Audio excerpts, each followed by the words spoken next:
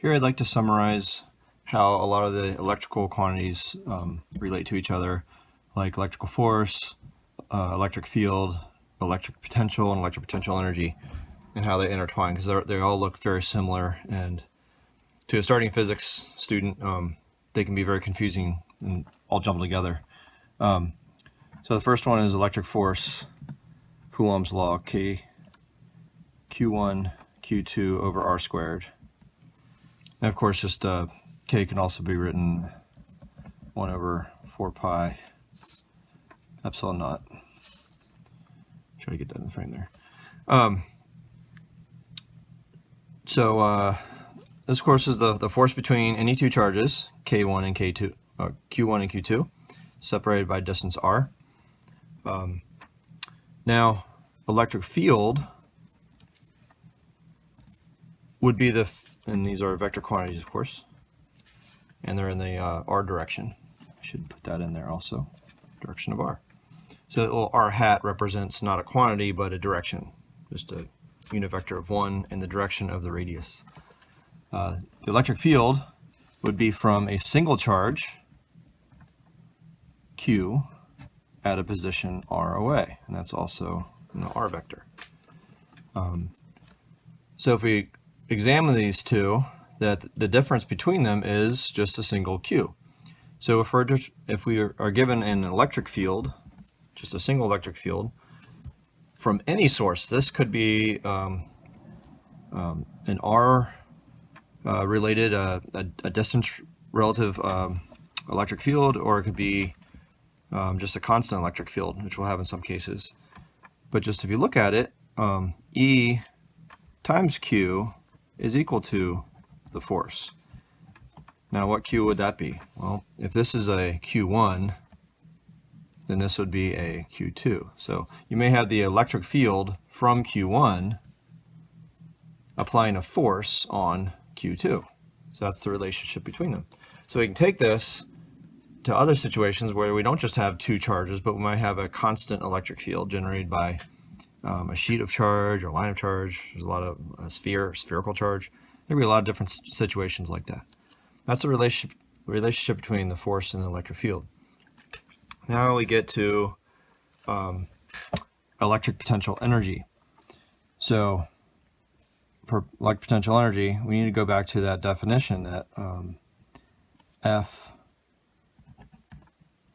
dot dx is equal to a little piece of work done. So there's a lot of scenarios involving the energy and bringing some object in, and statics, electrostatics, we're often trying to bring a charge in from an infinite position to a position close to another charge. So that might be the work done there. If we just relate this simply, we might recall that force equals F times delta x. If it's a dot product, you might get fx cosine theta in there if there's an angle. So that's relating back to the mechanics portion of the course. But if we're looking at a small piece of work, bit of work done in moving, let's say a charge through an electric force field a certain distance, then that's what it would equate to. We got dw equals f dx. Well, since work is equal to a change in kinetic energy, and it's also related to a negative change in potential energy, then we can arrive at the expression negative du equals f dx. And we can also see that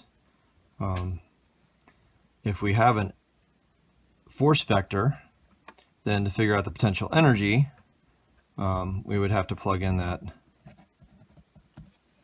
let's say in this case, the K Q1 Q2 over R squared. And we're not dealing with an x direction, like a horizontal direction, but we are dealing with an r direction. So we're going to change that to a dr, showing this is a displacement in the r direction, not the x direction. If we can, of course, move this negative over, and all said and done, we find the potential energy and moving an object from one position to another. Let's say if it's coming in from an infinite distance, I'm sorry, we're on the U side, okay? At an infinite distance away, there would be a 0 potential energy. There we go. And we bring it into a certain position closer in. We'll just call it U. Then we'd be bringing it from an infinite distance to some defined position R. Now this, I'm not trying to confuse things here. We can call this like an R final, or F. But what I'm going to do is try to create a U function of U with respect to R. Okay, so the integral of negative to U is negative U, and we'll take that from 0 to U. And over here, we're going to have a K, Q1, Q2. Those are our constants there. And the integral of R to the negative second power is R to the negative first power divided by negative 1, which leaves us a negative there. And we're going to go from infinity into distance R. All right, so we plug in a U and minus a 0. We still get a negative U out there. And we got a negative K, Q1, Q2. And I'm going to just pull that out. And we're going to plug in the R. So 1 over R minus a 1 over infinity. Boing. All right. And so 1 over infinity, of course, is 0. We're divided by a very, very large number. And we've got this negative U. Actually, I probably should have done this a slightly different way. I should have gone from like A to B or something like that. So that's where I kind of screwed up this scenario here. So let me just back this up a moment here, and I'm going to call this a U position A, which was at infinity, to a U position B. This will put it in more global context here. So we end up with a negative UB minus a negative UA. There we go. So we get a negative UB plus UA. Let me clean this up a little bit over here. Equals negative K Q1 Q2 over R. Now we're getting to potential change of potential energy. So we take a negative on both sides, multiply by negative, and we get a UB minus UA equals a K Q1 Q2 over R. So now, if what we're seeing here is if we've got some positive charges going on, moving that, let's say that Q2 in towards Q1 is going to increase the potential energy. It's like pushing it up a hill. And that should make sense, because if you have a couple of positive charges and you push them in towards each other and then let go of one of them, that one's going to slide away from the other one. It's kind of like when you put a ball at the top of a hill, it's going to fall down the hill. So that's what we're seeing in there. But all in all, if we're looking at UB minus UA, which one is higher? UB is. The potential of B is higher than A. Remember, A, way back at 0, would be a 0 value. If Q1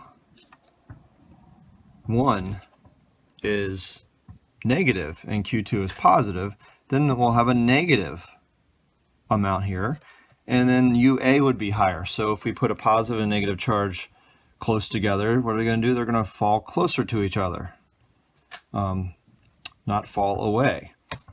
So, and also bringing in a negative charge in towards a positive charge you don't actually have to bring it in. You can just release it way out near close to infinity, but not quite, and it'll fall towards that other, so that there's like a downward slope there. So what that would relate to is more of a, if u of r is proportional to a 1 over, negative 1 over r, it'll look a little something like this in the positive x or positive r axis area. So if you did have an object out here, it would fall toward the 0 point, and they'd fall together. So there's that one. And I'm going to sum this up on the next page here. So all in all, we've got the force, Q1, Q2 over r squared. We've got the electric field. Let's keep this legit. KQ, we'll just say QO, some original charge. And now we've got, so that was brilliant. I ran out of memory halfway through that. Anyhow, so we have the electric force related to the electric field by EQ. We have the electric potential energy. And now electric potential, the final one, is electrical potential energy per unit charge. So per unit charge means we're dividing out a Q. And what that really says is if we have a charge Q1 and we put a charge Q2 anywhere around it, what will the potential energy be if we put it at a certain place and it has a certain charge Q? So it's more general. It allows us to do a lot more things. We could add up many charges, or the electric potential energy is from many charges, if we know the potential of one. And of course, that's, as we're going to see, it works for fields as well. So the electric potential is electric potential energy per unit charge. So it's just like energy dividing out a charge. It is also unitless, and just like this up here, UE equals V times Q.